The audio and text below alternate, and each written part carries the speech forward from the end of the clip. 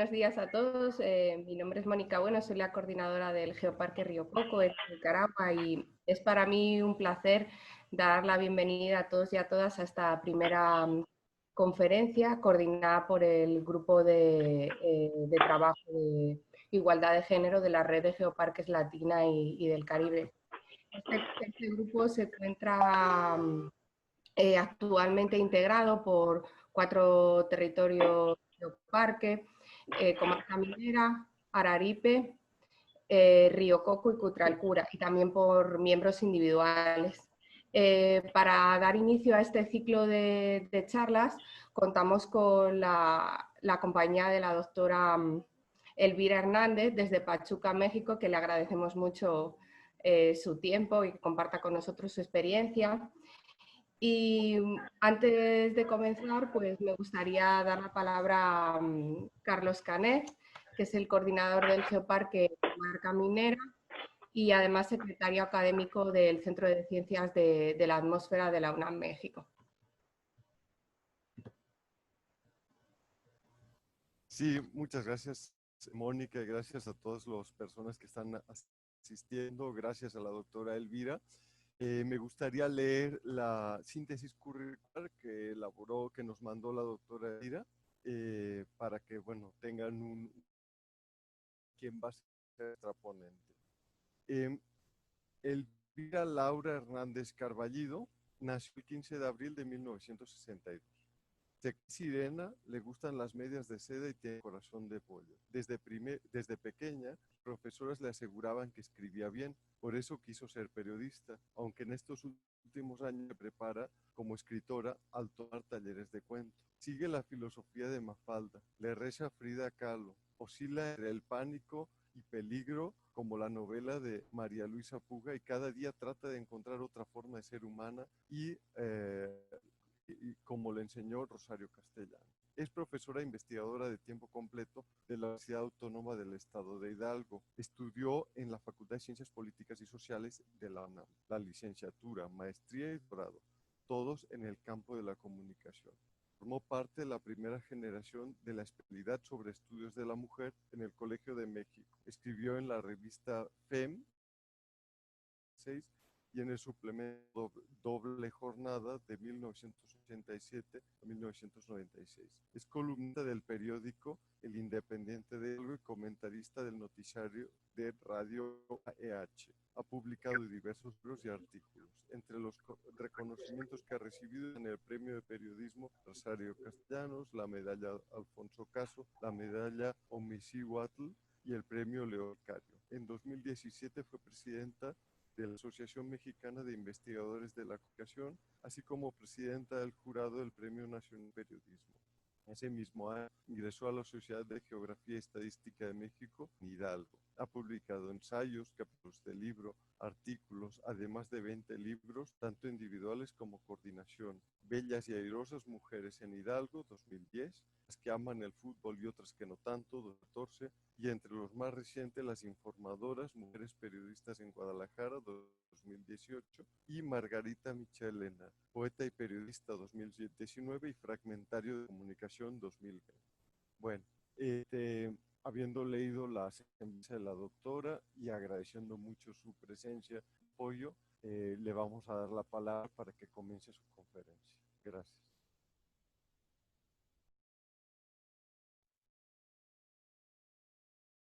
Bien, muchas gracias, buen día. Gracias por este espacio y sobre todo gracias por interesarse por este tema que siempre causa a veces controversia, a veces rechazo, pero finalmente tiene una gran finalidad que es pues que estemos seguros de que existe una posibilidad de que en esta sociedad hombres y mujeres convivamos mejor. Es así como pues quiero hablarles sobre 3 aspectos muy significativos que son los estudios de mujeres, el feminismo y el género, que son 3 perspectivas que parecen diferentes, pero tienen un mismo compromiso y a lo mejor explorando una o quizás si en alguna nos sentimos más cómodos o la comprendemos mejor, finalmente el compromiso va a ser el mismo, ¿no? Es así como en este recorrido, pues mi objetivo va a ser que ustedes conozcan estas posturas, vean cómo esto se ha ido desarrollando poco a poco a veces, quizá en algunas ocasiones con una lentitud que nos puede desesperar a quien nos interesa el tema, pero que finalmente se han logrado cambios, se han logrado aspectos muy significativos y por eso hoy se abre este escenario y por eso también en muchos proyectos las mujeres, los hombres estamos ahí presentes, pues tratando de avanzar de manera igualitaria, ¿no?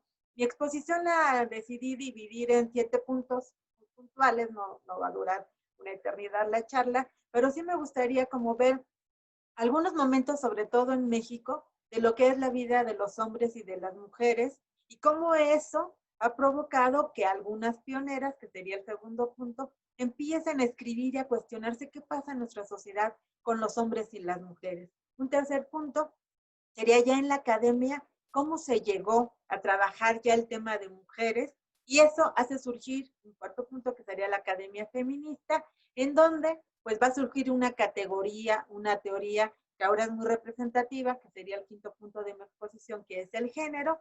Y entonces con esta perspectiva, pues hablarles sobre lo que yo entiendo por estudios de mujeres, feminismo y género, para cerrar con estas 3 perspectivas y algunos de sus resultados.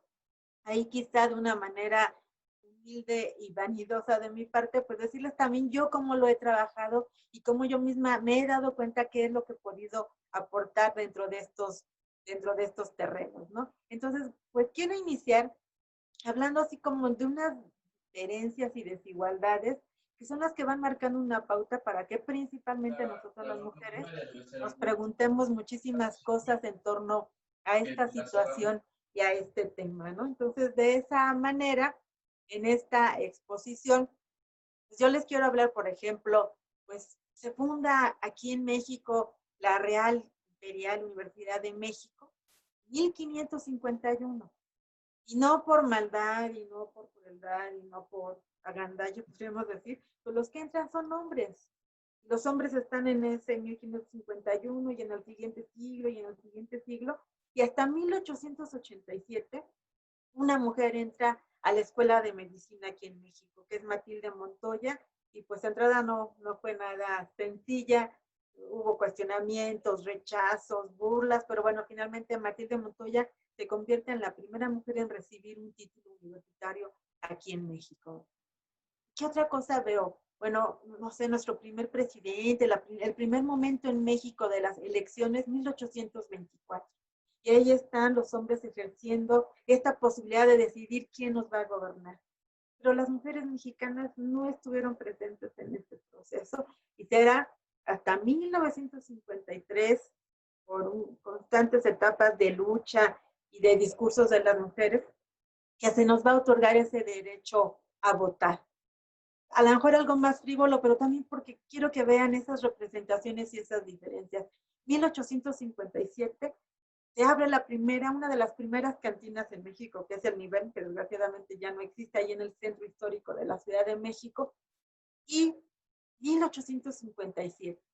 Y va a pasar casi un siglo completo para que hasta 1981 las mujeres podamos tener ese acceso a las cantinas, ¿no? Entre las críticas y las burlas y la incomodidad, la cantina del Nivel, por ejemplo, ya en las que podíamos entrar en este siglo XXI, se nos hacía bien curioso que el baño estaba en un lugar que bajabas escaleras, pasabas un túnel, seguías.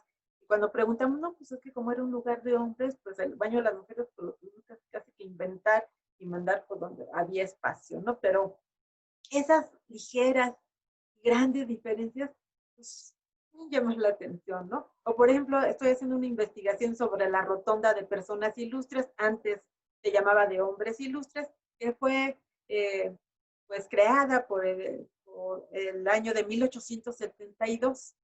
Y todos los hombres que entran a la rotonda, pues son hombres con sus realizaciones, con su trayectoria, con su nombre, a veces hasta con sus amistades, porque en este tiempo que Porfirio Díaz era nuestro presidente, pues muchos de sus amigos son los que están ahí en la rotonda.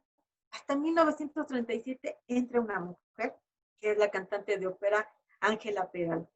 Cuando expuse una parte de este trabajo en un congreso, un compañero con mucho respeto levantó la mano y me dijo, yo no sé por qué usted dice que hay sexismo en ese aspecto, porque si no entraron a la rotonda, no merecían entrar. Y yo, ay, compañero, mire, qué buen ejemplo de sexismo me está poniendo. Hasta 1937, pues Ángela Peralta entra, y pues ahorita hay 116 sepulcros en esa rotonda y solamente 8 son de mujeres. O, por ejemplo, en mi profesión, que es el periodismo. En 1878, Manuel Caballero es considerado el primer reportero de México. Es decir, el hombre que sale a buscar la noticia y que está haciendo ahí esa labor maravillosa de nutrir el periodismo. Y las mujeres mexicanas hasta 1932, 34 van a tener esa posibilidad de que puedan salir a buscar la noticia y a reportear. Algunas personas a lo mejor esto no les ha llamado la atención, no se han fijado, no les interesa, pero vemos muchas personas que empezamos a ver esta desigualdad, esta diferencia y decimos, ¿por qué? ¿Quién marcó estas pautas? ¿Quién marcó estas diferencias? No queremos pensar en un villano, no queremos maldecir a nadie, más bien queremos encontrar respuestas, sobre todo para transformar y para que esos escenarios sociales, esos escenarios públicos, también estén las mujeres y estén en un equilibrio y en una equidad, ¿no? Entonces, en este panorama que seguramente pasa en todos nuestros países, pues muchas de nosotras cuando nos preguntamos ese por qué, sin duda es cuando empiezan a aparecer estas pioneras, ¿no?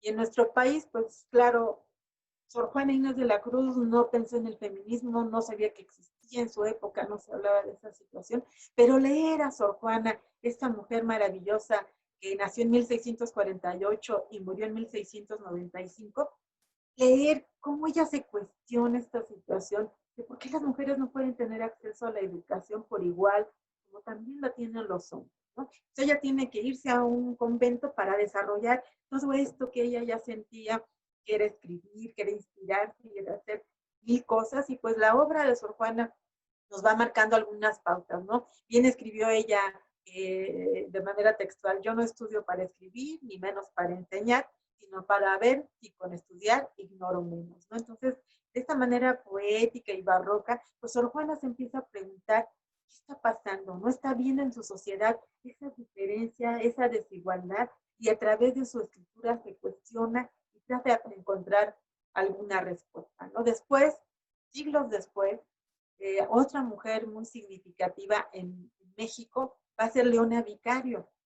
Leona Vicario va a participar en el movimiento de la independencia, va a participar con su fortuna, va a participar llevando y trayendo cartas de los insurgentes, va a participar también a veces escribiendo a ella algunas cuestiones, y en esta participación, cuando se intenta recuperar esa historia, que se la encargan un gran intelectual que es Lucas Alamán no toma en cuenta a las mujeres, y cuando le preguntan por qué, dice él, no, pues porque las mujeres participaron en la independencia por seguir a los hombres, no porque supieran qué significaba este movimiento. Entonces Leona Vicario le escribe una carta que para mí es muy significativa, porque es una mujer que nació en 1789, murió en 1842, pues no tenían acceso a la universidad, no fue a la universidad, tuvo pues la gran fortuna y suerte de que cuando ella desgraciadamente queda huérfana y su tío se hace responsable de su educación, pues el tío está en la Pontificia Universidad de México, claro, no la va a inscribir ni la va a meter, pero sí le permite que esté en su biblioteca, que lea. Seguramente esas lecturas van a ayudar para que Leona Vicario le escriba una carta a Lucas Alamán. Esa carta se publica en un periódico de principios del siglo XIX y ella pregunte, sobre todo afirme, que no solo el móvil es la acción de las mujeres, ¿no? Que no solamente por amor las mujeres se van a unir a un movimiento como fue la independencia. Ella dice, también nosotros tenemos sentimientos de gloria, también nosotras creemos en la libertad, y yo creo que solamente las que a lo mejor no tienen interés o no tienen esa educación, no lo van a hacer. Entonces, esa carta de verdad es bien significativa porque que le escriba una mujer en el siglo XIX, que no fue a la universidad, que tuvo pues sus lecturas autodidactas y se dé cuenta que hay esas diferencias y esas desigualdades entre hombres y mujeres, pues de verdad que es muy significativo. Aquí en México, en 1871, se va a fundar una escuela de artes y oficios para mujeres de parte del presidente Benito Juárez. Pues esa escuela, no les voy a decir que ya les daban ingeniería, biología y química, no. Era una escuela que las preparaba para que tuvieran un oficio, principalmente que tuvieran ellas en algún momento que dirigir una imprenta, supieran por lo menos imprimir. Y en esa materia que ellas tenían para ser impresoras, pues van a fundar un periódico que también pues en México va a ser muy significativo, que fue Las Hijas de la Náhuatl. Solamente duró 4 meses, pero en ese periódico las mujeres mexicanas empiezan a escribir y a cuestionarse y empiezan a afirmar algunas cuestiones y, por ejemplo, en ese periódico ellas dicen, pues ya no es más mal visto que las mujeres podamos escribir. Y si podemos escribir, pues queremos saber más cosas, estudiar, tener más posibilidades de estudio. Y pues estamos en 1871 y ellas se dan cuenta de estas desigualdades y de estas diferencias y las cuestionan, sin ofender, sin atacar, sin violentar, simplemente preguntan por qué está pasando esto en nuestra sociedad y le dicen a sus lectoras, que seguramente era un número muy reducido porque pues, el analfabetismo era alto en nuestro país y sin duda en las mujeres también, pero este pequeño grupo de mujeres de clase media que ya estaban intentando hacer unas cosas diferentes, motivan a sus lectoras, les dicen escriban, estudien, porque la inteligencia también forma parte de nuestras vidas, ¿no? Y dentro de este contexto, que claro es el que más domino porque es al que más me he dedicado, que es la presencia de las mujeres en el periodismo, va a surgir la presencia de un suplemento que se llamó Violetas de la Náhuatl, que escribió y que fundó una mujer que se llamó Lauriana Wright.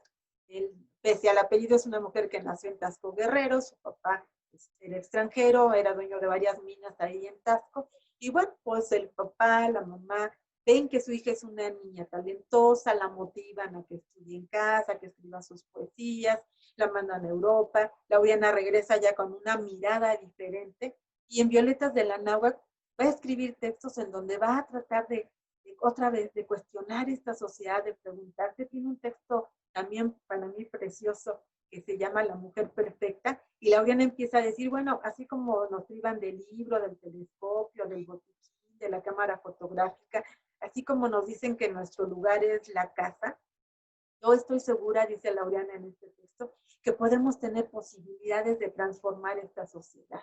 Y esa es la mujer perfecta, la que tiene fuerza de voluntad, la que tiene valor moral, la que tiene amor a la instrucción, pero sobre todo amor a sí misma, que va a trabajar por ella y por su sexo, pues para salir, dice ella así textualmente, de estos restos de esclavitud que por inercia conserva. Esto fue escrito en 1888. Y otra vez están esos lentes, esa mirada diferente de muchas mujeres mexicanas que se preguntan estas diferencias. Y sin duda Lauriana en México fue muy importante porque para mí fue muy grato cuando hice mi tesis de doctorado de encontrarla en un periódico que se llamó La Mujer Mexicana. Claro, Lauriana va a morir en 1896, muy joven, pero hizo escuela. Es una escuela maravillosa que se va a ver nutrida en otro periódico que se va a fundar en 1908, que es La Mujer Mexicana. Y les hablo de estos periódicos porque son la prueba palpable de lo que ellas escribían y pensaban, y lo estaban publicando. La Mujer Mexicana, además de hacerle un homenaje a Lauriana publicando textos que ella ya no dio posibilidad que los publicara, ellas también se cuestionan y se preguntan muchas cosas. Y hay un textito que a mí me gusta mucho y siempre que lo comparto en alguna conferencia, veo la emoción en algunas jóvenes que están presentes y de cualquier mujer que está ahí presente, y claro, también de los hombres, porque ellas escriben lo siguiente: las mujeres, cuando no éramos mujeres y no estorbos, no la pasábamos mejor. Nos educaban de tal modo que ni del aliento éramos dueños. Nacíamos, según la tradición, con los ojos cerrados, por eso morían a los 80 o a los 100 años sin saber leer.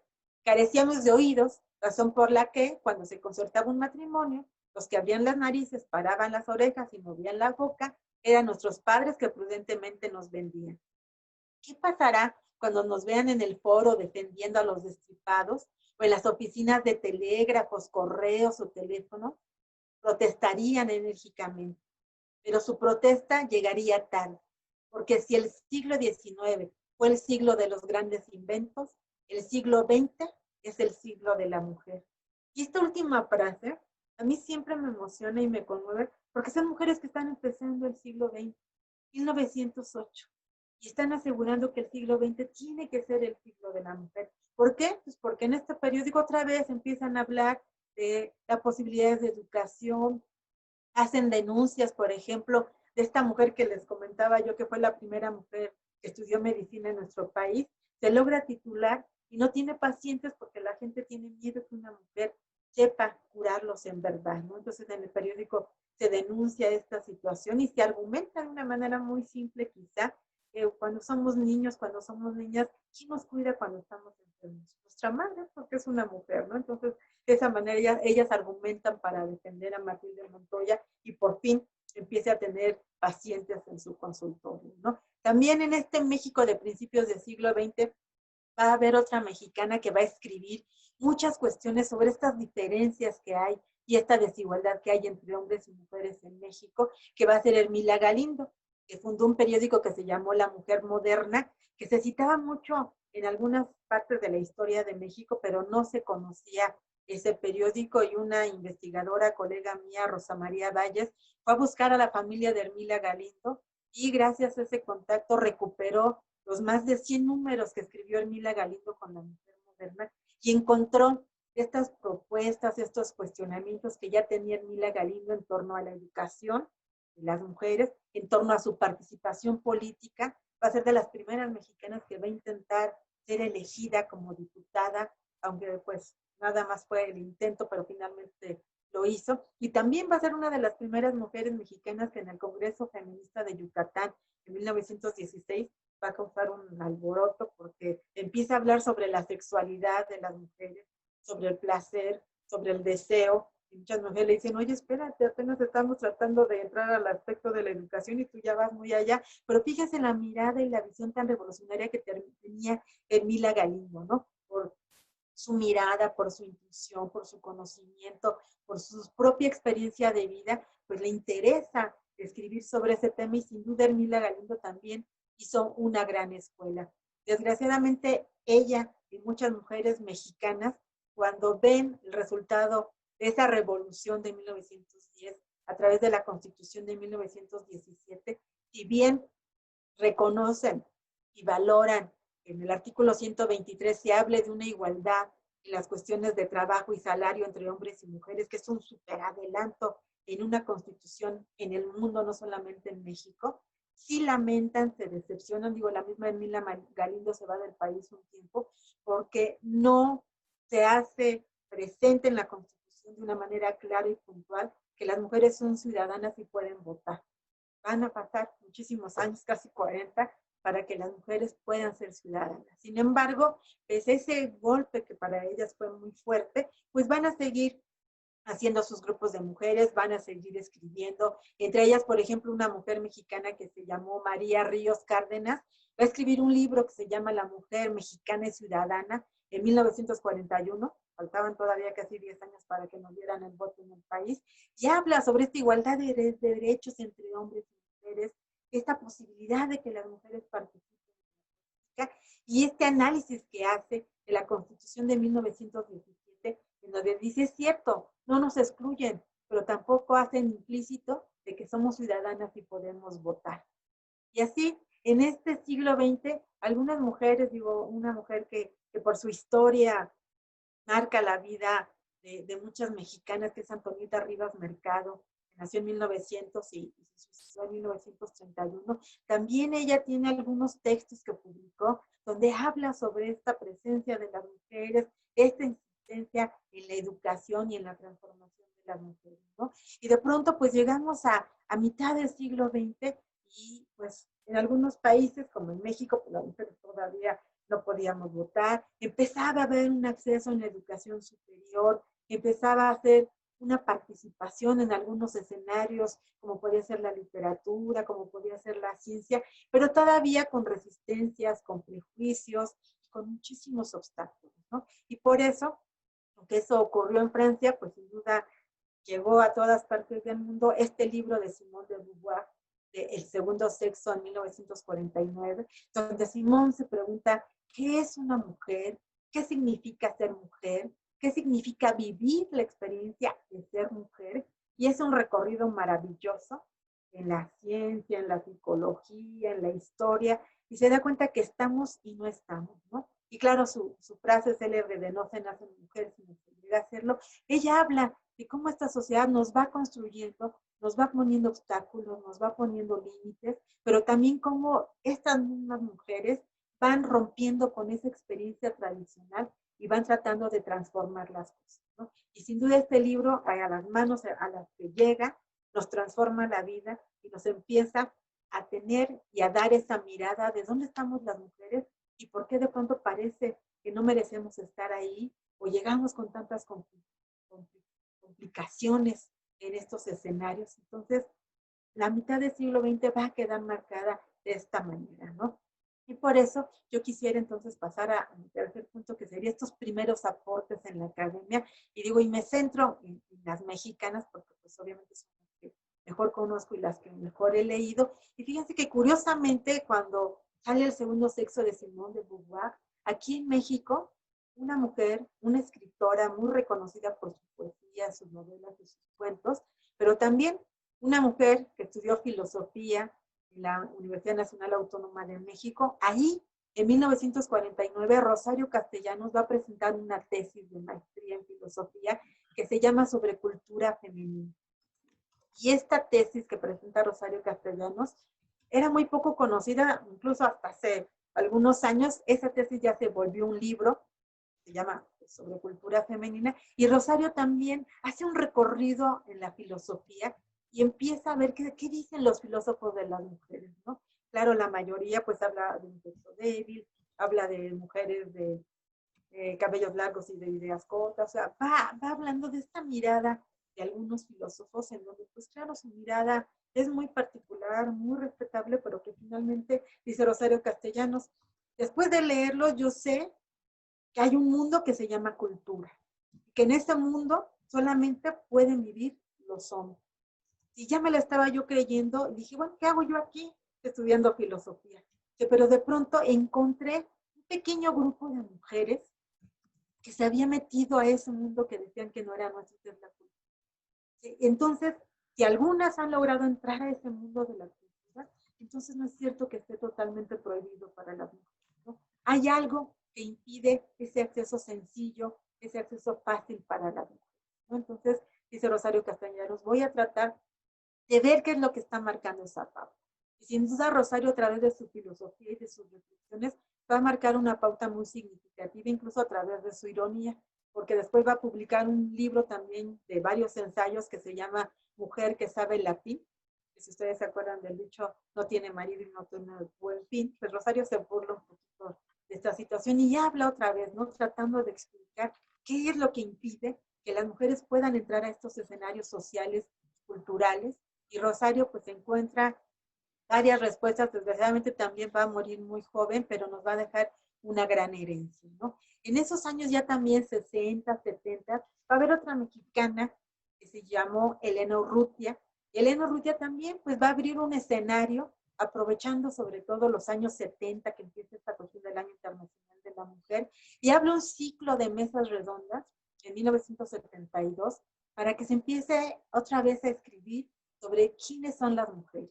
Y esos textos ella los reúne en un libro que se llamó Imagen y Realidad de la Mujer, en donde pues vamos a encontrar textos de mujeres como Alaide Popa, de hombres como Carlos Monsiváis, en donde van a empezar otra vez a tratar de explicar esa diferencia y esa desigualdad que existe entre los hombres y las mujeres. Y también pues en esta época en donde pues en la universidad no había espacios para estudiar el tema de mujeres, en donde había muy pocas tesis sobre estas cuestiones, pues va a llegar también a filosofía y letras de la UNAM, otra mujer que es maestra de muchas de nosotras, que es Graciela Hierro. También Graciela Hierro ya murió, tuve el honor de que fuera mi profesora y que nos platicara cómo ella en clases levantaba la mano y le preguntaba a sus profesores, oiga, de verdad, eso somos las mujeres, no hay otros textos que nos expliquen de otra manera. Y ella empieza a tratar de abordar el tema. Nos contaba cómo algunos profesores le decían, ay, qué necia eres, ya, deja ese tema de las mujeres.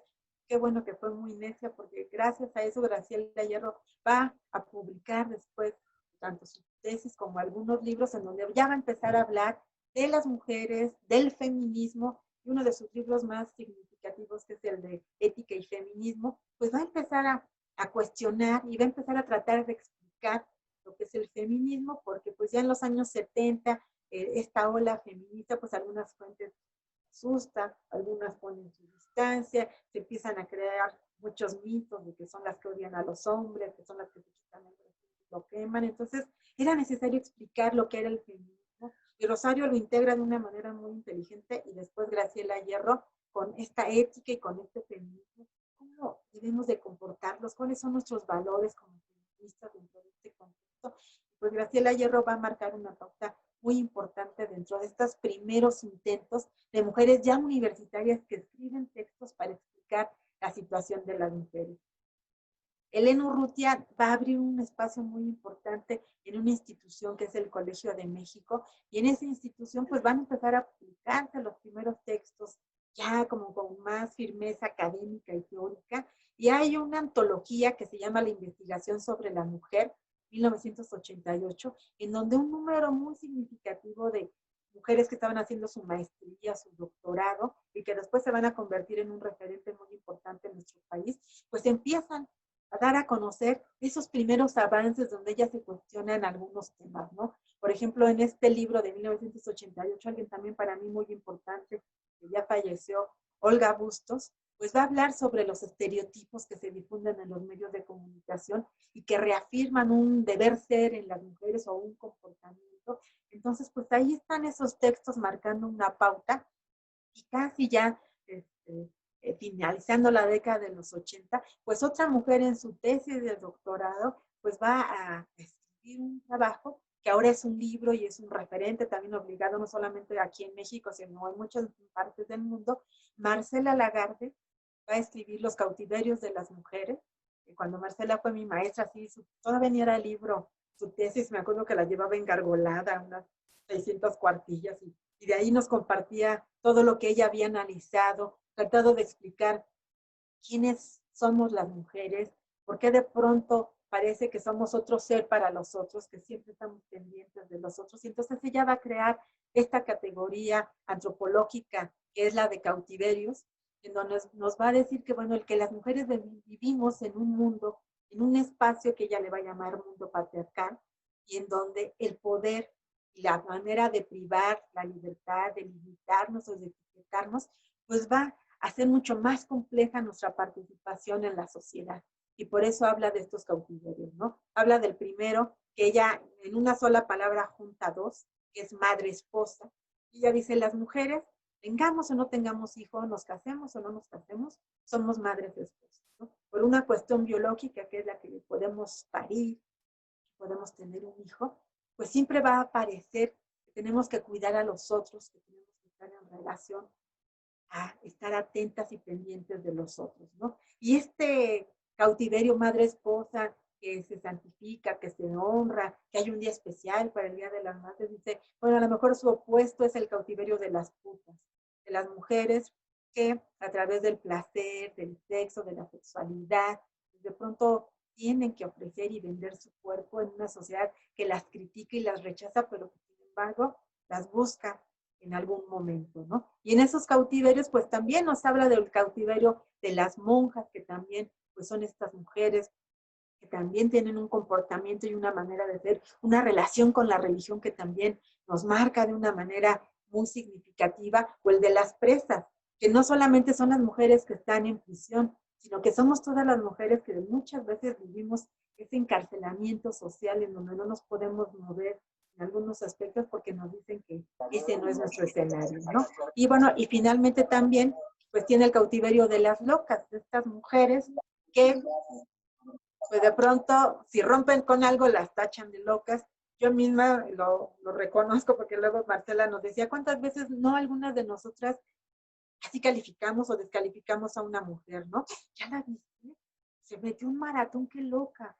Entonces, de pronto, esos cautiverios los explica Marcela Lagarde con una puntualidad y con una precisión que nos hace comprender en dónde estamos nosotras enterradas y de qué manera podemos de verdad aspirar a esa libertad y a eso que decía Rosario Castellanos, otra manera de ser humano y libre, ¿no? Pero todos estos trabajos que les he mencionado hasta el momento, pues surgían por iniciativa propia, por otras lecturas, tanto de hombres como de mujeres, y de armar todo un aparato crítico teórico que me permite explicar por qué hay esa desigualdad en la sociedad, y una desigualdad que casi siempre a las mujeres nos da mucha desventaja, ¿no? De no poder entrar al periodismo como a lo mejor yo quisiera, porque me dicen que yo no puedo reportear, o que no puedo entrar al mundo del cine porque me dicen que tampoco es un espacio de las mujeres. Entonces, esta situación yo siempre quiero remarcar mucho, no es para criticar ni para odiar a los hombres. Esto es un privilegio que dio toda una sociedad, pero que a través de estos estudios tratamos de explicar y tratamos de transformar y de romper. Entonces, todas estas mujeres lo hicieron por iniciativa propia, sin una materia, sin una maestría, sin un doctorado realmente específico sobre esta situación, pero les interesaba, lo miraban y querían entender, explicar, pero sobre todo transformar esa situación de las mujeres, ¿no? Y entonces estas propuestas que ellas van haciendo, pues permiten que de pronto, sobre todo en las universidades, se empiecen a abrir espacios para hablar sobre esta situación de las mujeres. Y aquí en México, pues uno de los primeros escenarios que se abren en la universidad más importante de nuestro país, que es la UNAM, en 1976, Alaide Popa va a lograr que en la Facultad de Ciencias Políticas y Sociales le permitan, la dejen. Y son todos esos términos, pero pues es la verdad, ¿no? Pues de pronto ella empieza ahí a negociar y decir, déjenme dar esta materia. Da una materia que primero se llamó Sociología de las Minorías y después Sociología de la Mujer, que hasta la fecha existe, sigue siendo optativa, y pues ahí Alaide Popa pues va a empezar a dar lecturas, va a empezar a dar pautas para que a quien le interese, hasta la fecha esa materia, no crean que se inscriben las multitudes, siempre es un grupo pequeñito, pero un grupo convencido que quiere entender qué está pasando en esta sociedad para explicárselo y, vuelvo a insistir, para transformarlo. Alaide Popa va a ser una mujer muy importante. Ella nació en Guatemala, se vino aquí por cuestiones políticas a refugiar en nuestro país y pues qué bueno que se vino a México porque de verdad marcó una pauta muy importante y fundó, junto con otras mujeres, si no Elena Urrutia desde el cielo me va a reclamar, junto con otras mujeres como Elena Urrutia, Marta Lamas, Elena Poniatowska, en 1976 van a fundar una revista que se llamó FEM, donde yo tuve el honor de escribir ya en los últimos años de FEM. Y esta revista, pues también todavía es digna de consulta, todavía hay textos muy significativos en donde explican estas mujeres qué está pasando en nuestra sociedad. Por suerte ahora la UNAM ya subió la colección completa de revista FEM, si a ustedes les interesa consultarla, de verdad van a encontrar textos muy significativos que nos hablan sobre esta desigualdad, sobre esta diferencia, no buscando culpables, no buscando villanos, sino tratando de entender por qué nuestra sociedad está dividida de esa manera, por qué nos oponen a los hombres y a las mujeres y por qué de pronto parece que esa desigualdad nos afecta, sobre todo a las mujeres, ¿no? Entonces, Revista FEM va a marcar una pauta muy importante y les digo, precisamente en la revista va a estar Elena Urrutia, que ya les había yo mencionado, y también Elena Urrutia con su prestigio, con su elegancia, que era una mujer siempre tan elegante al hablar y al vestir, va a convencer en el Colegio de México de la importancia de abrir y crear un programa interdisciplinario de estudios de la mujer, que ya cambió de nombre, pero sus primeros años fue el PIEM. Y este lugar pues nos va a abrir un espacio bien importante en los años 80 a las mujeres mexicanas, porque el PIEM pues va a abrir un curso sobre las mujeres en la literatura y de pronto vamos a descubrir que hay escritoras en nuestro país, o por ahí va a abrir un taller sobre la historia de México y de pronto vamos a ver que no solamente eran las Adelitas o por ahí perdida doña Leona Vicario y José Porfirio Domínguez, sino que en la historia de México siempre han estado las mujeres, nada más que no nos las habían permitido ver, ¿no? Entonces, el Colegio de México va a abrir este escenario, va a empezar a publicar algunos textos, pero sobre todo en 1991, por primera vez, México va a abrir una especialidad en estudios de la mujer. Ni siquiera es una maestría, no es una especialidad, pero vale la pena ese espacio en donde por primera vez yo llego a un salón de clases, que tuve el privilegio de pertenecer a esa primera generación, y mi maestra que está ahí me va a dejar lecturas, me va a dejar discutir, compartir, exponer, participar en torno a lecturas donde se habla de este tema de las mujeres, donde me explican mujeres de varios países qué está pasando en, en esta situación de las mujeres, ¿no? 1991, ya casi terminando el siglo XX, ¿no? Yo recuerdo muy bien ese 8 de marzo de 1991, que fue cuando se inauguró esta especialidad. Recuerdo muy bien al director del Colegio de México, que digo, llegó de muy buena fe, con muy buena disposición, pero que de pronto parecía que nos colocó aquí una losa en la espalda porque nos dijo, esto no había ocurrido en este país, pero ustedes son las que van a demostrar que vale la pena estudiar estos temas. Sus trabajos, su presencia es la que va a marcar esa pauta. Y claro que fue una impresión muy fuerte, pero íbamos todas con una gran ilusión y sin duda esa primera generación de la especialidad en estudios de la mujer creo que marcó una pauta muy importante. Nos veían raro en el Colegio de México, se burlaban, algunos compañeros luego nos decían, ¿qué están estudiando ahí? Cocina, recetas de belleza. Y una compañera muy irónica y muy perversa les dice, sí, nos están enseñando orgasmo 1 y 2 para dejar de fingir con hombres como tú. Ay, compañera, qué grosera. Pero de pronto era una forma en no sentirnos extrañas, en no sentirnos agredidas y a veces en una manera de demostrar que estábamos estudiando temas, ¿no? Recuerdo que una vez traíamos un libro de Mabel Burín sobre si existía el instinto maternal y me acuerdo de que estábamos formadas en las copias, un compañero leyó el título y dijo, oigan, pero eso no se pregunta, eso ya vienen ustedes, ¿no?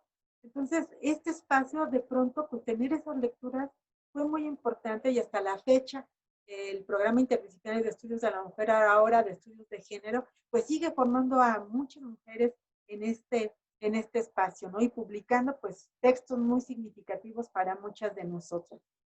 La Universidad Autónoma Metropolitana, que también es una universidad muy importante en México, también en 1991, luego hay un poco de celos y de competencia, y no, yo fui primero, pero no importa, la década de los 90 va a ser bien significativa, y también la Universidad Autónoma Metropolitana, a través de mujeres muy significativas como Eli Bartra, Ana Lau, Mary Goldsmith, van a abrir una especialización y una maestría en estudios de la mujer.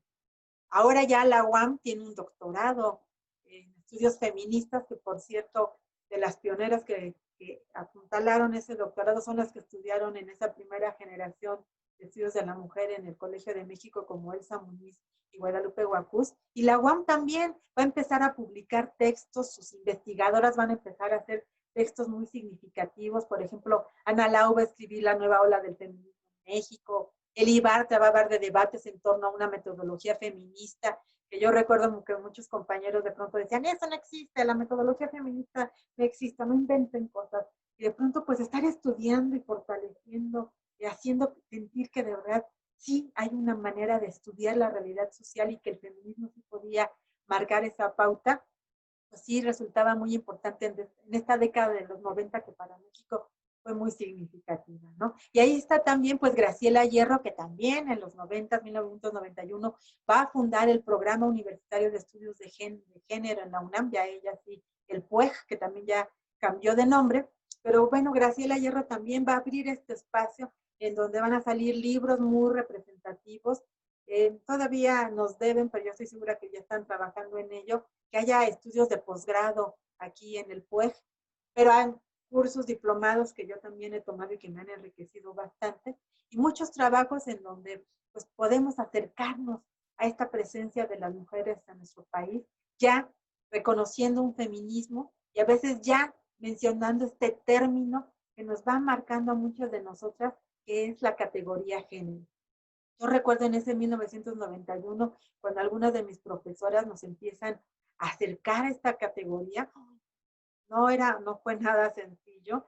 Yo recuerdo que en esa época estaba yo esperando a mi hijo, que ahora tiene ya 28 años, y esos 28 años de la vida de mi hijo ha sido mi esfuerzo constante por entender y dominar realmente la categoría género y aplicarla de la mejor manera, ¿no? Y entonces, pues pasamos a este quinto punto que yo quiero compartirles, que es esta cuestión del género.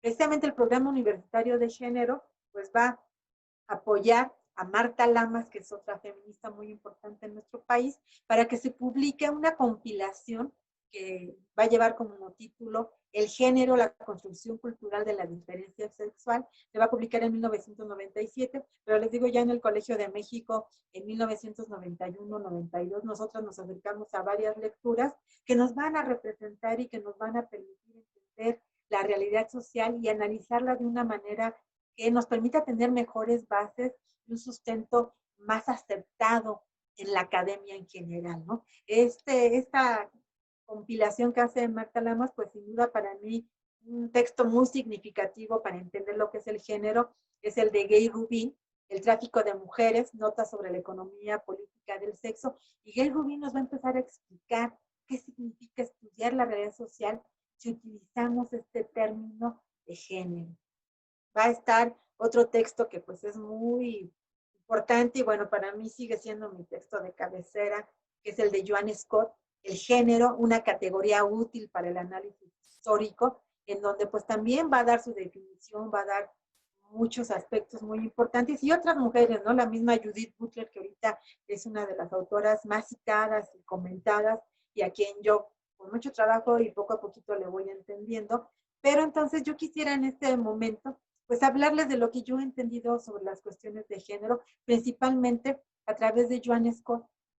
Para mí fue muy significativo leerla y entender qué me estaba aportando género, bueno, que género me estaba ayudando a romper con esas representaciones tradicionales basadas en la biología de las relaciones de los hombres y de las mujeres, ¿no? Nadie duda que hay un cuerpo masculino y que hay un cuerpo femenino, ¿no? Y que cada uno tiene una función biológica que no se va a poder transformar hasta el momento de una manera natural, ¿no? Y entonces, pues las mujeres tenemos un cuerpo que va a menstruar, que va a tener posibilidades de procrear, que va a parir, que va a amamantar, que va a llegar a la menopausia. Y los hombres también tienen un cuerpo que funciona a su manera y de forma muy diferente, ¿no? Bueno, romper con esa tradición es creer que esos cuerpos están marcando nuestro destino, ¿no? Eso es lo que el género nos está invitando a dejar de ver los cuerpos y empezar a ver la situación de los seres humanos, ¿no? Amplía obviamente esa relación que tenemos las mujeres y los hombres. Una relación en donde Joan Scott nos dice que a lo mejor el poder es un eje muy importante, ¿no? No, eso no quiere decir que ahora queremos invertir y ahora las mujeres tienen que dominar. No, ver ese poder, qué relaciones está provocando y de qué manera ese poder se puede compartir o se puede equilibrar o se puede expandir para que no haya ni un dominado ni una dominada, ni un villano ni una víctima, sino que podamos ver esta situación. Pero también género me gusta que hable de estas relaciones también de poder entre las mismas mujeres, ¿no? Que no digamos o no creamos que por ser mujeres las cosas van a ser mucho más sencillas entre nosotros, ¿no? Entre nosotras también hay relaciones y hay diferencias que también el género nos permite acercarnos a él. Y sobre todo algo que me gusta mucho de Joan Scott es que nos dice, género ajusta esta perspectiva de mujeres, esta teoría feminista, a unos cánones de legitimidad académica. Todavía hasta la fecha sigue causando ruido decir, yo estoy haciendo estudios de mujeres y, ay, ¿qué estás haciendo? Tengo una postura feminista, ay, qué horror hacer la historia a los hombres. En la academia, en donde luego creemos que los estudios nos dan más bases, pues no. De pronto género entró como con una fuerza que no causaba ruido ni estrés a quien escuchaban el término, ¿no? Entonces también género va a ajustar esa manera de hacernos legítimas en la academia, que de pronto no parezca que somos nada más las amigas de la pequeña Lulu que queremos crear nuestro club, no, sino que queremos entender qué está pasando en nuestra sociedad. Entonces, Joan Scott nos dice que género va a ser una categoría que va a recorrer este cuerpo sexuado, pero que sobre todo va a ver esas relaciones en ese sexo masculino y en ese sexo femenino, en donde esas relaciones están basadas en una diferencia biológica, pero que están produciendo eternas y terribles desigualdades sociales, culturales y de todo lo que ustedes quieran hablar. Entonces, eso nos dice Joan Scott, eso que tenemos que ver. ¿Por qué estamos haciendo esta situación? ¿Y qué pasa en esas relaciones de poder? ¿Y de qué manera podemos transformarlas? ¿De qué manera podemos romper con ellas? Y podemos lograr que no haya ningún obstáculo para ningún hombre y para ninguna mujer en nuestra sociedad de que sean lo que ellos desean ser. Pero, ¿por qué está pasando esto? Y también me gusta la explicación de Joan Scott, porque entonces género, nos dice ella, no está basado en la cuestión biológica, no está anclada en un cuerpo, está anclada en una sociedad en donde somos seres sociales de ese espacio los que estamos construyendo ese comportamiento, que estamos poniendo la etiquetita a la gente. Entonces, si es hombre, es niño, entonces que se vista de azul, y entonces si es hombre, si es niña, entonces que se vista de rosa. ¿De dónde surge esto? Y a mí me gusta que Joan Scott hable que hay una construcción de género, que esto lo estamos construyendo nosotros a través de nuestra cultura y que se hace a través de 4 símbolos muy significativos, de 4 elementos muy importantes, ¿no? Entonces dice Joan Scott, el primero, los mitos en torno al ideal femenino y masculino, ¿no? ¿Quién los inventó? Pues seguramente alguien, pero lo seguimos reiterando, reiterando, reiterando. Aquí en México, por ejemplo, esta hermosa leyenda de Huitzilopochtli y la Coyolxauhqui, de pronto te dicen, ya ves, la Coyolxauhqui por andar ahí de mitotera y por andar ahí de estar en desacuerdo con su hermano Huitzilopochtli, ¿qué le pasa? Pues la enfrentan todos sus hermanos, rueda en la pirámide y se hace pedacitos, y ahí está el símbolo de una mujer fragmentada por no querer. Entonces de pronto oyes esos mitos y dices, oh, no, que no me vaya a caer la maldición de la Coyolxauhqui, mejor no hago nada, ¿no? O como siempre les digo a mis alumnas, esa mirada de nuestra mamá, cuando de pronto nos sentábamos a los 5 o 6 años ahí en la sala con las piernas abiertas y la mamá, y de pronto tú cierras las piernas, no sabes ni por qué, pero crees y sientes que eso es malo, ¿no? O como me pasaba a mí de niña, ¿no? Que me encanta el fútbol y yo siempre, mi papá jamás en la vida me dijo, tú eres niña y no puedes jugar. Jugábamos fútbol y cuando llego a la primaria con mi balón y, oigan, vamos a jugar unas retas y, ¿cómo crees? Tú eres niña, tú no puedes jugar. ¿Quién les dijo? Y no me dejaron jugar mis compañeritos, ¿no? Entonces, todos esos son los que van fortaleciendo esa construcción de género. Pero ¿por qué dice Joan Scott? Bueno, porque también hay unas normas de conducta impuestas en esta sociedad. Un pacto que nadie firmamos, pero que todo cumplimos, ¿no? Esas normas, esos patrones que nos van influyendo para que lo aceptemos, y para que de pronto, pues yo con todo y mi feminismo y con toda mi ilusión me cuide y no quiero estar gorda porque quiero tener un cuerpo bonito y lo quiero lucir entre los demás. ¿Esto de dónde me ha surgido? Bueno, por esos patrones estéticos, por esas normas de conducta que vamos aceptando en nuestra sociedad. Otra vez, ¿quién las inventó? Pues toda la sociedad, porque de pronto hay gente que dice, a ver, pero ¿quién empezó? Ustedes. Ustedes son las que educan a los hijos. Bueno, pues entonces vamos a transformar todo eso. No busquemos al culpable, busquemos cómo podemos transformar esta situación. Y esos patrones y esas normas ahí están anclados en una sociedad que nos sigue indicando cómo hay que comportarnos. Entonces, esa construcción de género, qué difícil de cambiar, ¿no? Y nos dice Joan Scott, bueno, y esos mitos y esos patrones y esas normas, ¿en qué se sostienen? Pues en las instituciones. Ahí está la familia, que de pronto mi mamá, mi papá, mis hermanos, mis hermanas, a veces hasta yo misma, pues voy adquiriendo comportamientos y voy de pronto viendo que mi hermano, a él no tiene que preparar la comida porque es el hombre, pero yo sí, y mi hermano puede llegar tarde de las fiestas y yo no porque soy mujer. Y eso lo voy aprendiendo en mi familia, ¿no? Como le digo a mis alumnas, eso no quiere decir que la culpable es mi mamá o mi abuela o la abuela de mi abuela que le enseñó eso, pero son cuestiones que vamos retomando de la sociedad y que en la familia las vamos a compartir. No se diga en las instituciones religiosas, ¿no? Ahí está la Biblia diciendo que Eva mordió una manzana y nos corrieron del paraíso. Y ahí están muchas cuestiones de la religión que también van apuntalando estos elementos del género, ¿no? O está la escuela. Y ahí está en la escuela una niña como yo que levanta la mano y le dice, oiga, profesor, ¿dónde están las mujeres periodistas? No existieron, cállese. Y de pronto yo me lo puedo empezar a creer. Y bueno, pues si no estamos en la historia es porque no hemos hecho absolutamente nada, ¿no? Y ahí están las escuelas secundarias, como en México, en donde los talleres de corte, de tejidos y bordados, de cocina son para las niñas y para los niños es mecánica, electricidad. Y si una amiga mía, como mi querida amiga Teresa Salcedo, quiere irse al taller de electricidad, le dicen, no, tú eres niña, váyase a cocina. Entonces, estas instituciones, ¿cómo van fortaleciendo esta situación, ¿no? Los medios de comunicación, las canciones que nos dicen que nosotras tenemos que sufrir más por amor que los hombres, las telenovelas en donde la chica buena, virginal eternamente fiel al chico bueno de la historia, es a la que le va bien. Los comerciales, que de pronto para anunciar cualquier producto tiene que salir una chica guapa. Y bueno, estoy hablando más de cuestiones de las mujeres, pero también de pronto en los hombres, ¿no? De pronto, ya porque es hombre es malo y es perverso, porque en la telenovela yo vi que así son los hombres. En estas instituciones, ¿cómo van apuntalando estos mitos, estos patrones, estas normas? La familia, la escuela, los medios de comunicación, pero dice Joan Scott, hay un cuarto elemento música, que es la subjetividad.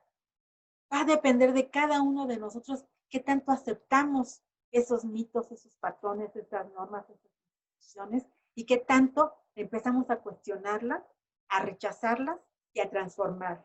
Y se ha logrado, porque digo, ahorita está este espacio que antes no hubiera existido si no se hubiera logrado esa transformación. Están ahora ahí muchas mujeres corriendo un maratón cuando de pronto hubo un momento en que la sacaban porque creían que no podían estar ahí. Y ahí están también muchos hombres dándonos la mano para involucrarnos en algunas cuestiones que parecían en donde no podíamos estar, y ellos mismos, ¿no? Transformando y ya no les da pena ser tiernos, ya no les han dicho que no lloren porque son hombres.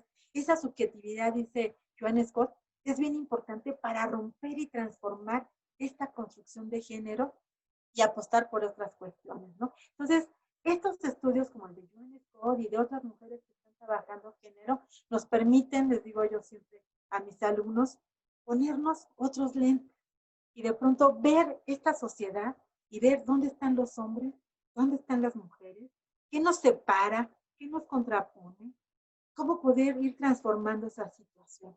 ¿Cuál es el mito que está impidiendo que una mujer pueda hacer algo? ¿Cuál es el patrón de conducta que impide a un hombre desarrollarse de una manera? ¿Cuál es su historia en donde a lo mejor la familia fue determinante? Siempre decía Rosario Castellanos que en algún momento, en alguna familia, iba a surgir la rebelde furibunda. Y de pronto pueden pasar esas cuestiones, ¿no? Y está ahí esa subjetividad. Y entonces la categoría de género nos permite ver a los hombres y a las mujeres, ver esa presencia, buscar y explicar esa diferencia y esa desigualdad, sobre todo para transformar y para erradicar esa desigualdad, ¿no? Entonces, la perspectiva de género, por eso sigue siendo ahora muy importante y muy significativa aplicarla a nuestra vida, a nuestros estudios, a nuestra mirada. Porque pues claro, queremos apostar por una equidad de género, ¿no? A un reconocimiento en donde hombres y mujeres de verdad podemos tener ese desarrollo en cualquier escenario, que no haya esa división de lo público y lo privado, sino que realmente pues, podamos estar en los dos lados y tomando nuestras decisiones. Hay algunas compañeras, amigas mías, sobre todo las de la infancia, que de pronto me dicen, ah, pues ahora resulta que soy una estúpida porque quiero tener hijos. Y dicen, no, amiga, no estamos diciendo que nadie es tonto, ni nadie es bueno, ni nadie es malo, pero que sea tu decisión. De verdad, si tú te sientes feliz en tu casa, cuidando a tus hijos, a tu marido, guisando, de verdad, que me da gusto, amiga. Pero si yo quiero algo más que eso, y yo quiero salir a reportear, no quiero que me digan que no puedo por ser mujer, ¿no? Quiero que simplemente, pues yo tenga ese acceso y esa posibilidad, y que mi talento y mi perseverancia sea la que me abra las puertas. No si soy mujer o si soy hombre, ¿no? Entonces, género ha transformado muchas miradas, ha logrado influir en muchos aspectos. Sin embargo, pues no solamente es una varita mágica, también les digo, ¿no? De pronto hay gente que de pronto cree que pues, ay, yo tengo una perspectiva de género y ya la está logrando. No, claro que lleva tiempo, claro que lleva un compromiso, y por eso yo ahorita les decía que los estudios de mujeres, el feminismo y el género tienen diferentes caminos, diferentes perspectivas, pero un solo compromiso. Que hombres y mujeres en esta sociedad estemos desarrollándonos de las mejores maneras, y que no de pronto vean que se abre un espacio como este y me quieran violentar y digan, ay, es que malditas mujeres. No, o sea, que de verdad nos veamos en un equilibrio y logremos avanzar de esa manera, ¿no? Por eso yo tengo la firme convicción de que cualquiera de estas tres perspectivas nos pueden ayudar. Yo digo, bueno, en estudios de mujeres, ¿qué es lo que nos empieza a mover? Pues el objetivo de recuperar la presencia femenina en diversos escenarios, para hacernos visibles, para decir que podemos estar presentes en esta sociedad, ¿no? ¿Y qué necesito para eso? Pues a lo mejor simplemente pues tener el interés de ubicar a las mujeres en algún escenario, de hacerlas visibles, de reiterar su participación, ¿no? A lo mejor mi punto de partida sería una pregunta, ¿dónde están y quiénes son las mujeres que han logrado destacar en esta sociedad y qué es lo que han hecho? Y esos estudios de mujeres, pues ahí están, haciéndolas visibles. Hay gente que luego me dice, pero entonces eso es bueno o es malo, es mejor, es peor. No, finalmente se logran trabajos muy significativos y muy importantes y eso es lo que queremos, ¿no? Yo en mis estudios que doy en el posgrado, mis seminarios, los doy muy abiertos. De pronto llega gente que me dice, oye, yo no estoy trabajando nada de este tema, porque mi tema no se presta. Yo, no, no te preocupes, ¿qué estás trabajando? No, pues estoy trabajando el periodismo de opinión. Ah, interesante. ¿Y cuántas mujeres opinan y cuántos hombres opinan? Ay, no, no me he fijado. A ver, no seas mala, no me has hecho bien un chiste. Y de pronto llegan, ¡ay, maestra, qué horror! Encontré que en tales periódicos una mujer opina y opinan 10 hombres. Entonces, de pronto, hacer visible a las mujeres en esos escenarios, en los estudios mujeres ya es un avance muy significativo. Los estudios feministas, yo considero que ahí nuestro objetivo no solamente es hacer visibles a esas mujeres. Yo estoy segura y porque lo he sentido y lo he hecho, nuestro objetivo es denunciar a través del análisis y de las interpretaciones esas condiciones de desigualdad social que viven las mujeres principalmente, y todas esas dificultades que ellas están enfrentando para tener los mismos derechos y las mismas oportunidades que los hombres. Y en esos estudios feministas, ahí yo creo que se han ido creando categorías que poco a poco siguen siendo muy significativas, ¿no? La categoría mujer, que de pronto, yo me acuerdo en antologías de estudios de comunicación, que es donde tengo mi experiencia, de pronto no había temáticas, televisión, radio, prensa, pero no había esa categoría de mujeres y ahora ya la está, ¿no?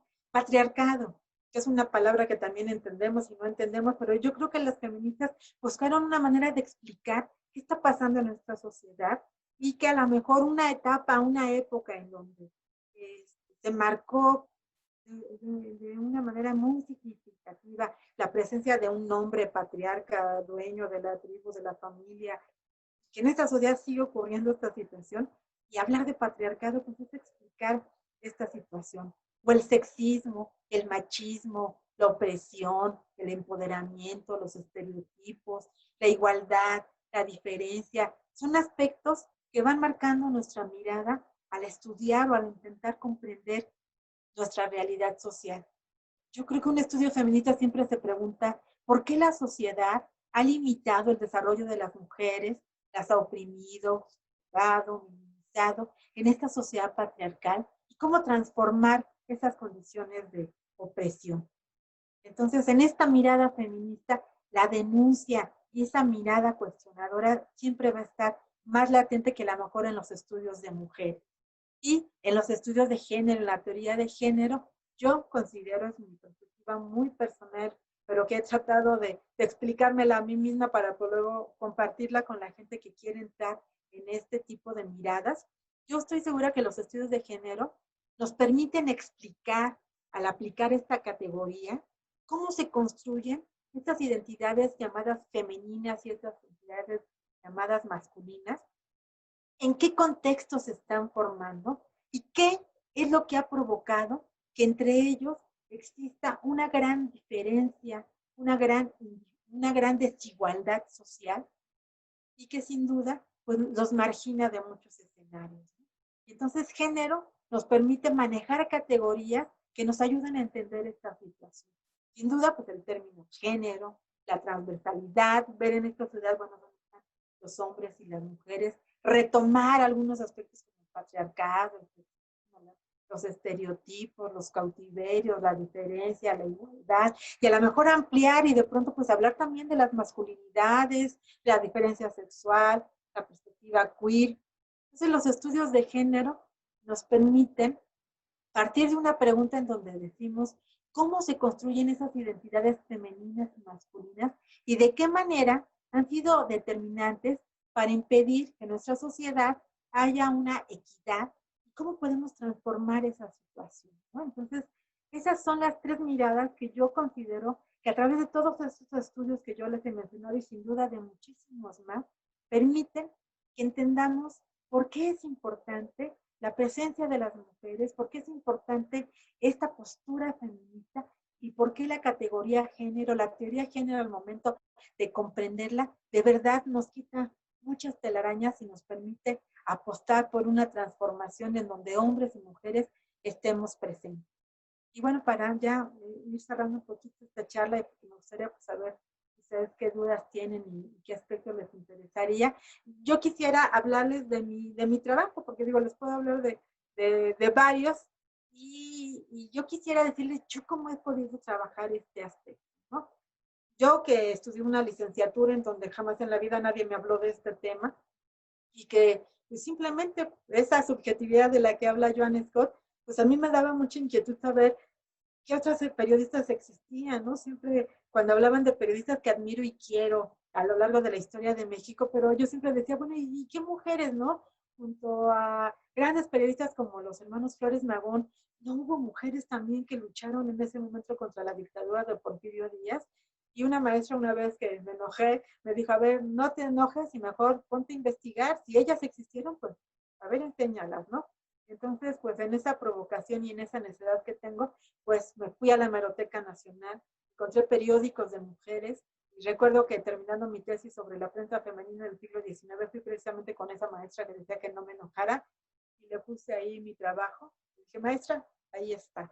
Me dice, malvada, sí las encontraste. Entonces, después de ese trabajo de tesis, publiqué un libro que se llama Dos Violetas de la Náhuac, en donde hablo de Laureana Bray y de otra periodista mexicana, Matiana Murguía, pero pues simplemente hago sus semblanzas, su biografía, no contextualizo, simplemente las recupero a ella.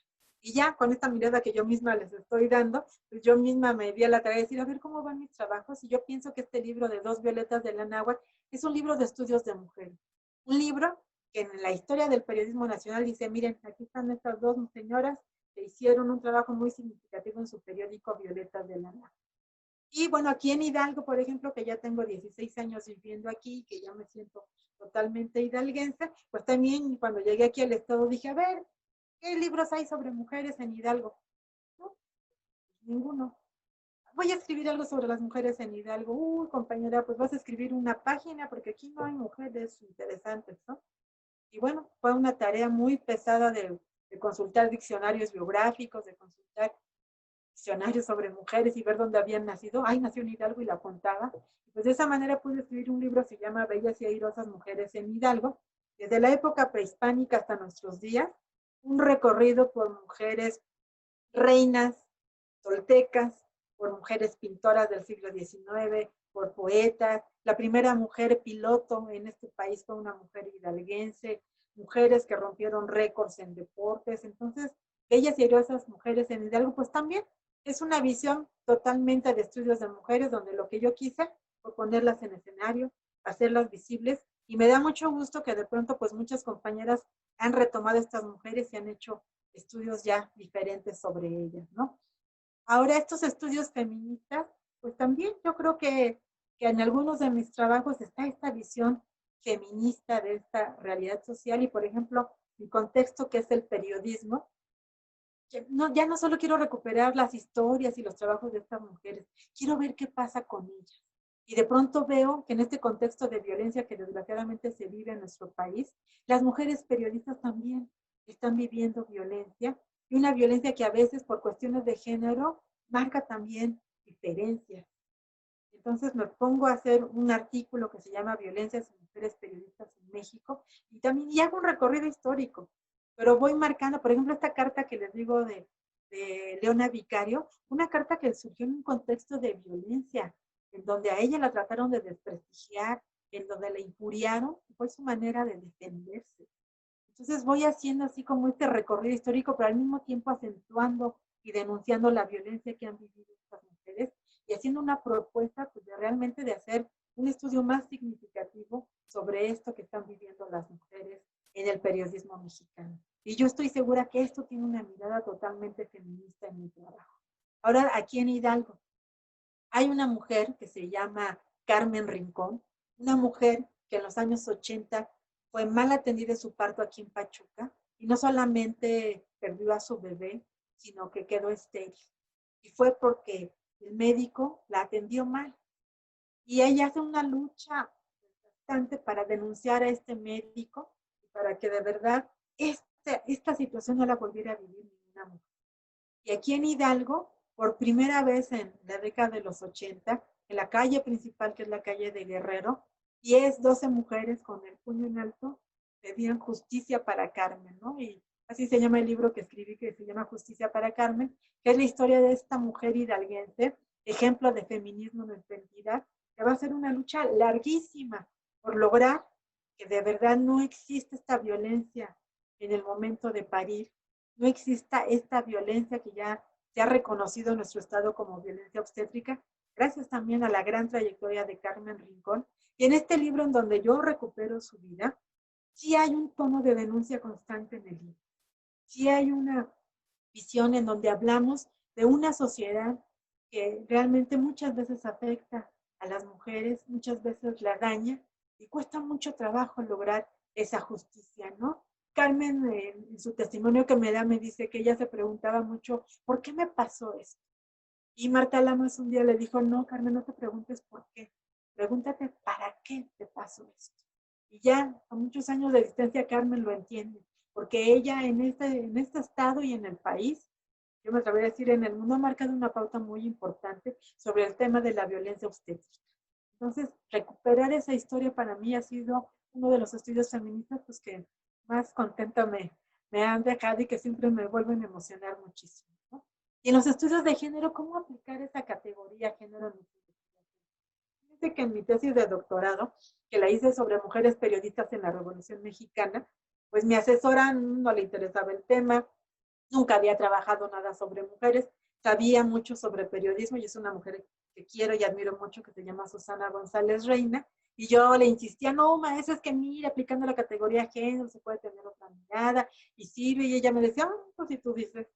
Y ya me acuerdo que llegué con mi primer capítulo y lo empezó a leer y a ojear, y me dijo, oye, Elvira, tú dices que cuando se aplica la categoría género en el contexto, empezamos a ver las diferencias entre hombres y mujeres, y empezamos a ver qué es lo que está impidiendo este desarrollo de las mujeres. Y yo, oye, maestra, mire, se me ha puesto atención, qué bien. Ay, sí, ¿por qué no lo estás haciendo tú? Y yo, ¿cómo? Digo, no, es que en el primer capítulo nomás estoy, no, dice, en el primer capítulo, si vas a hablar del desarrollo de la historia de México y la revolución, y vas a hablar de Porfirio y de Villa y de Zapata, pues también, ¿dónde está tu mirada de género? ¿Dónde están las mujeres? ¿Dónde están las mujeres periodistas? Me dio una buena lección mi profesora. Y entonces en mi tesis y después en lo que se convirtió en un libro que se llama Las otras soldaderas, mujeres periodistas en la Revolución Mexicana, pues exactamente veo esa gran diferencia de ponerme estos lentes de género y empezar a ver en ese contexto histórico qué pasaba con los hombres y las mujeres, qué podía esperar de ellos, qué podía esperar de ellas, qué les impedía desarrollarse en algunos contextos y de qué manera sí hubo una pauta muy significativa que sin duda se vio reflejada en la Constitución de 1917, en donde sigue todavía una sociedad creyendo que sus mujeres no están preparadas para ocupar escenarios políticos.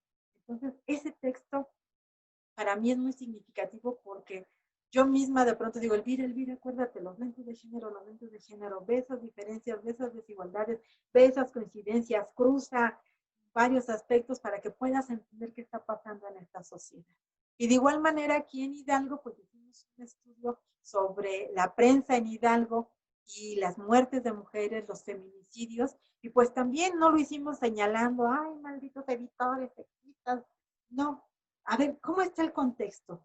¿Por qué de pronto hay una nota roja en torno a la muerte de una mujer y se exhibe, se hace una representación en donde se le victimiza una y otra vez, o en donde se hacen ilustraciones que cuento ahí en ese artículo, como aquí en Hidalgo, yo escribí una carta a la defensora del lector de un periódico, en donde sí hicieron un reportaje muy importante sobre los feminicidios, pero le dieron importancia a una fotografía que aparte pues fue una representación que hizo el mismo director. Ay, no tenemos fotos de mujeres muertas, entonces, a ver, vamos a hacer que una chica se tire aquí en un baldío y le tomamos una foto y con eso ilustramos. Y yo le dije al director, discúlpeme, este tema de los feminicidios no se ilustra, se denuncia. Entonces no rompa con su periódico con una mirada de género, ¿no? Entonces, en este artículo que yo escribí que se llama Violencia de género impresa, los feminicidios en la prensa en Hidalgo, pues también es esa mirada de género, esa mirada crítica, transformadora, contextualizada, en donde, vuelvo a insistir, no se están buscando culpables ni estamos buscando victimizar a nadie, sino explicar, denunciar, pero sobre todo transformar a nuestra sociedad. Y así, en mi espacio, que es la comunicación y el periodismo, he logrado dar estos pasos en mis estudios en general y principalmente en lo que es ya mi estado, que es Hidalgo, pues marcar esas miradas, tratar de hacer que la gente se transforme en sus miradas. Entonces, para mí es un gran paso que ese director de ese periódico de pronto me diga, oye, danos un taller, oye, revisa nuestras páginas, dinos en qué momento estamos cometiendo algún error, para que no sigamos de pronto marcando esa gran desigualdad en informar sobre violencia hacia las mujeres, ¿no? Y a lo mejor en este escenario ustedes están ahora estudiando, que podrían ser los geoparques, que podrían ser estas cuestiones de la ecología, del medio ambiente, de estas zonas maravillosas que al menos de mi estado quiero, respeto y admiro, como podrían ser las haciendas, como podrían ser las minas, como podrían ser los prismas basálticos.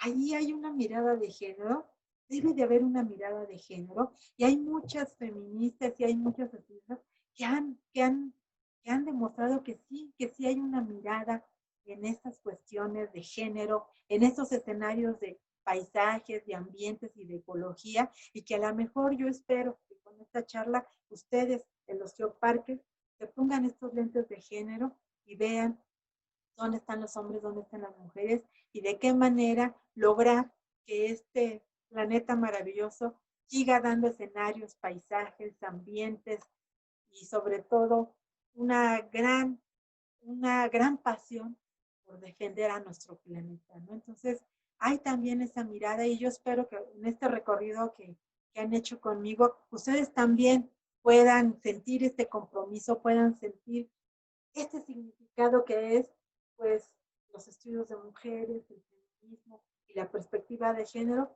para aplicarla y transformar nuestras investigaciones.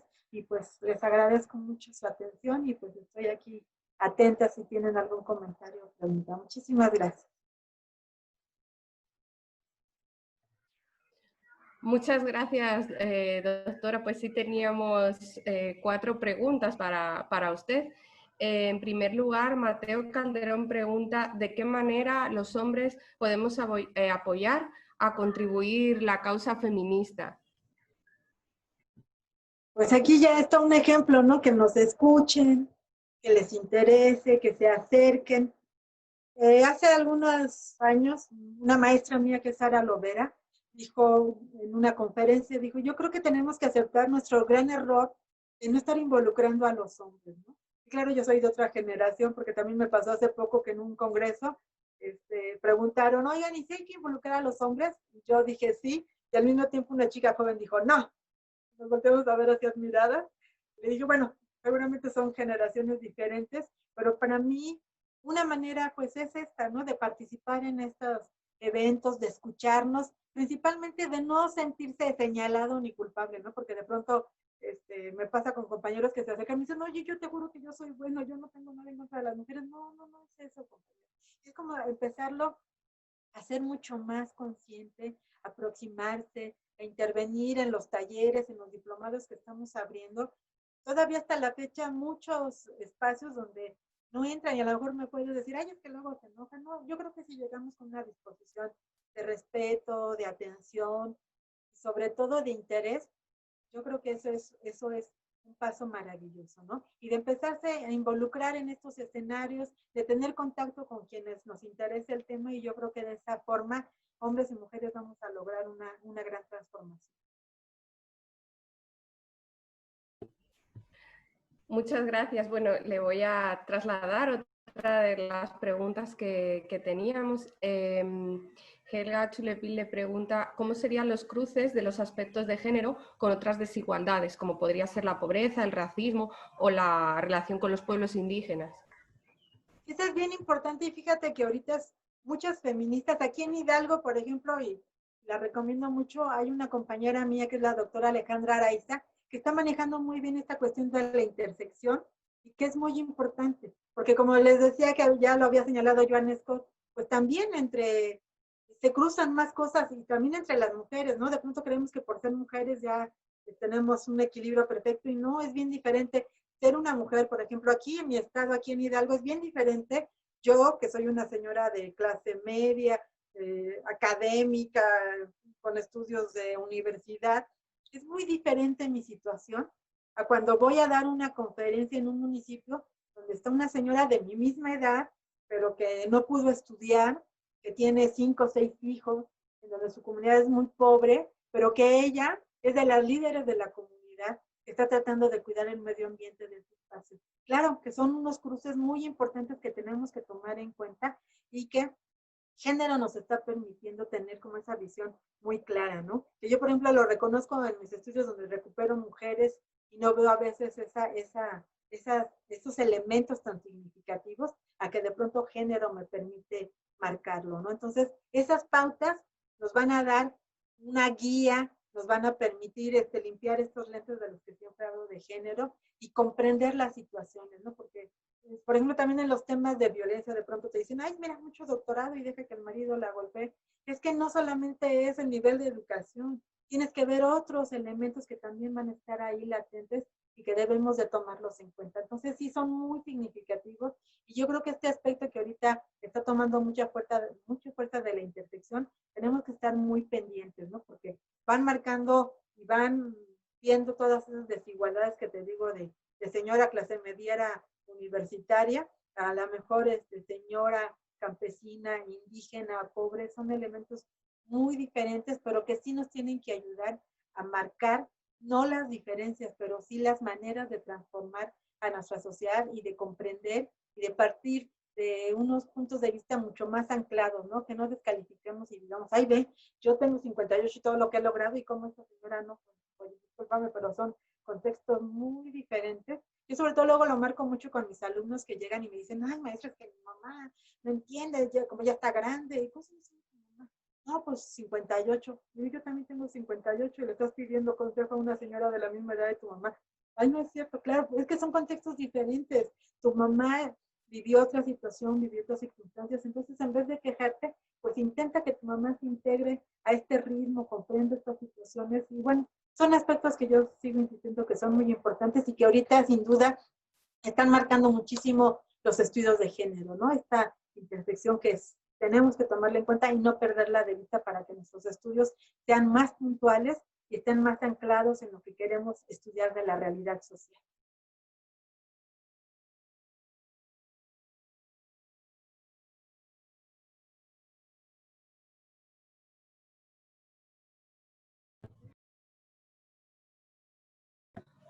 A continuación, bueno, Catalina desde Colombia nos consultaba sobre qué bibliografía usted consideraría básica para el tema de género, básica por la que no podríamos empezar. Sí, claro que sí. Bueno, como les decía, yo considero que Segundo Sexo de Simone de Beauvoir sigue siendo un texto clásico, tradicional y muy importante, porque de pronto digo a mis alumnas, sí, digo, está bien que lean a Joan Scott, a Judith Butler, pero yo creo que es un punto de partida muy importante en las lecturas que tenemos que realizar. Y bueno, en este recorrido que yo les hice y que la presentación que tengo y que después ya se va a integrar aquí en lo que yo estoy realizando, van a poder ustedes ver con más precisión algunos textos, pero pues para mí, sin duda, el punto de partida pues tiene que ser Simone de Beauvoir y después, pues no, ya se va ampliando. Digo, aquí en México, Marta Lamas hizo una compilación muy interesante sobre las cuestiones de género que publicó a través de la UNAM. Y también estas lecturas que ahorita ustedes ya las encuentran en internet, por ejemplo, a mí la que me convence y me gusta mucho es la de Joan Scott, es esta aplicación de la categoría género a los estudios de historia. Joan Scott, de verdad, para mí es muy importante, pero pues tengo amigas que de pronto también tienen a su autora favorita y le van entendiendo mucho mejor, pero sin duda, antes de que terminemos esta charla, van a tener ustedes un listado muy puntual de las mejores lecturas que puedan ustedes tener.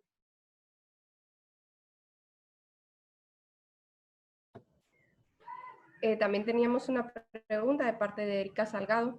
Era en relación a qué retos se ha enfrentado usted durante toda su trayectoria, porque nos ha dado a conocer todos estos temas tan interesantes, importantes, mujeres que han luchado para que ahora nosotras tengamos una serie de oportunidades y que siempre hay que tomar en cuenta, ¿no?, que hay personas pues que están en contra o que, mejor dicho, realmente no entienden bien qué sería un estudio de...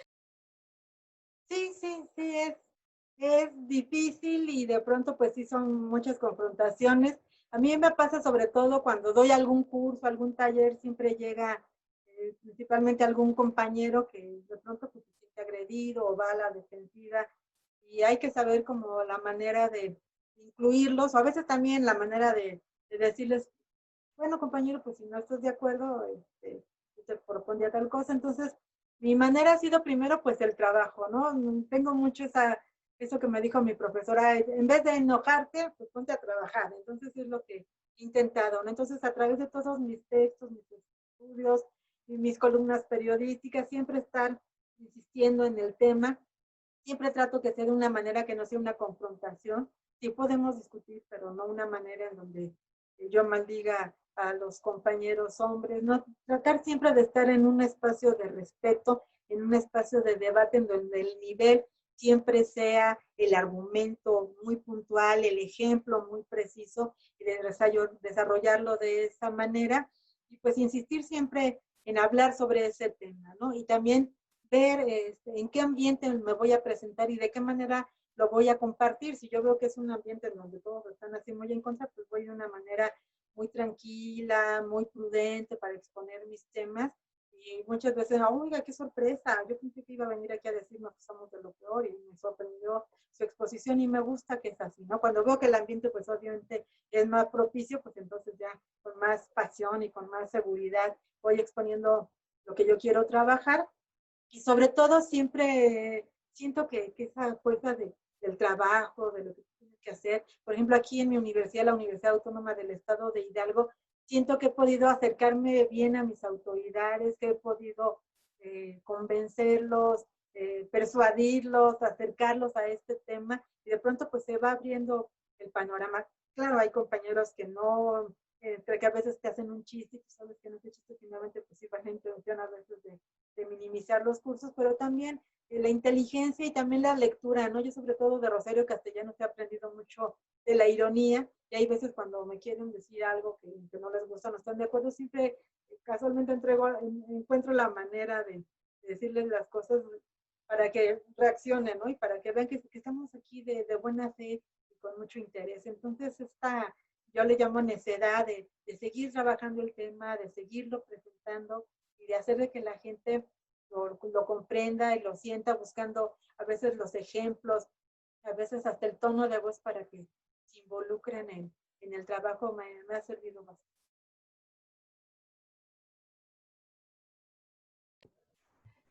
Simplemente para finalizar, me gustaría, ya que hemos tenido la dicha de tenerla hoy entre nosotros,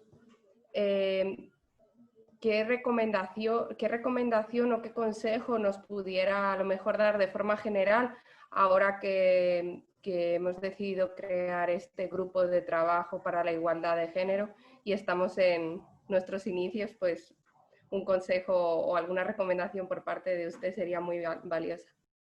Muchas gracias. Pues, no, pues primero decirles que estoy feliz de saber que existe este espacio, que están haciendo este esfuerzo, porque, insisto, de pronto creen que hay temas que te dicen, bueno, ¿cómo crees, hombre? Si para el Geoparque la perspectiva de género nos va a servir.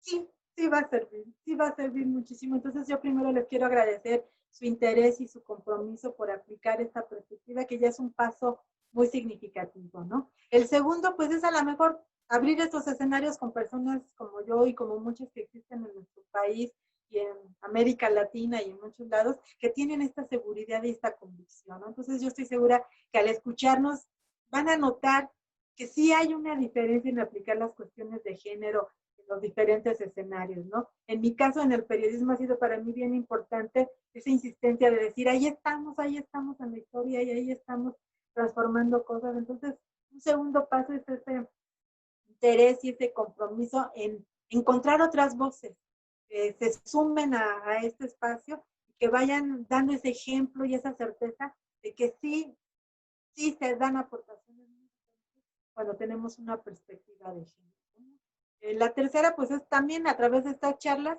pues ver estas lecturas, ver estas autoras, ver estos trabajos que me permitan comprender, porque como les decía yo, bueno, ya a la edad de mi hijo, 28 años trabajando el tema, y hay ocasiones en que todavía siento que todavía me falta entenderlo bien, ¿no? Que no es una varita mágica y con eso voy a transformar todo, pero sí es un esfuerzo y un reconocimiento que me obliga a mirar a los hombres y a las mujeres y ver estas diferencias, estas desigualdades, ¿no? Y que seguramente ustedes en esta propuesta de los geoparques, ustedes lo vean, ¿no? En las comunidades, en el caso de Hidalgo, todo este escenario en donde está delimitado el geoparque, ustedes conozcan esas zonas y que una mujer que a lo mejor vive en esta comunidad de Huasca, pues no es lo mismo de una mujer que a lo mejor vive en una zona minera, en donde estaba prohibidísimo que las mujeres entraran a las minas, eran maldecidas, traían unas cuestiones muy diferentes. ¿Eso qué pueden marcar, ¿no? ¿Qué diferencia puede haber en ese contexto, ¿no? Entonces yo creo que eso les podría ayudar mucho incluso al llegar a algunas zonas del geoparque. A lo mejor son las mujeres las que tienen ahí la fuerza, la mirada diferente, pero que ustedes vayan viendo estos elementos que van conformando cada uno de estos espacios, pues para saber cómo reforzarlos y cómo construirlos y cómo hacer que realmente cuidemos mucho más nuestro planeta, ¿no? Entonces yo pues quiero cerrar otra vez agradeciéndoles este escenario y que yo espero que sea el inicio de muchos espacios que ustedes abran para que este geoparque tenga esa mirada de género y se acentúe mucho mejor la presencia de hombres y mujeres en estos escenarios.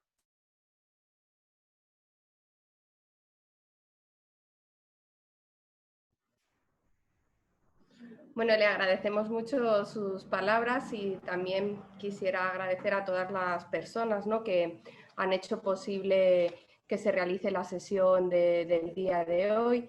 Y quería hacer una mención especial, por supuesto, a usted, doctora Elvira, por aceptar la invitación y compartir con nosotros toda su experiencia. Y también a Erika Salgado y a Ivonne San Miguel, porque han sido, bueno, un eje fundamental para poder trabajar la logística del día de hoy, y al Centro de Ciencias de la Atmósfera de la UNAM. Esperamos pronto poder estar organizando nuevas conferencias que vengan a nutrir este ciclo de conferencias que queremos que sea permanente desde el grupo de trabajo de género. Y cedo la palabra a Erika Salgado para que nos dé las palabras de cierre.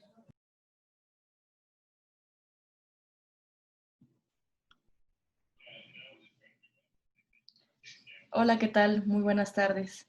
Muchísimas gracias, doctora, por todo su apoyo, por toda la ayuda para mostrarnos todos estos temas tan importantes de los estudios de género. Realmente ha sido una charla súper motivadora.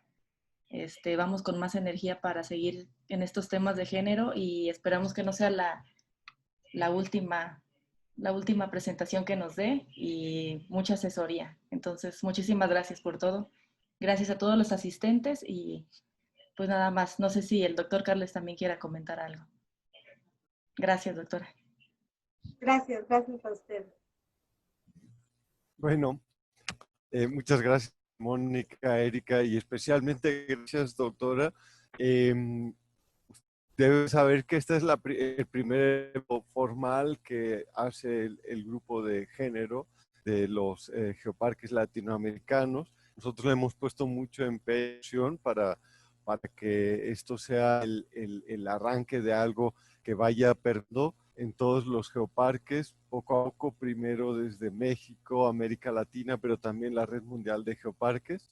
Y bueno, sus palabras y toda la información que nos ha proporcionado, su entusiasmo y su ejemplo, pues nos va a dar mucha pauta y nos va a motivar para seguir adelante. Pues gracias, gracias. Yo estoy feliz de haber estado aquí con ustedes y por supuesto cuenten conmigo para cualquier aspecto. Voy a estar muy pendiente.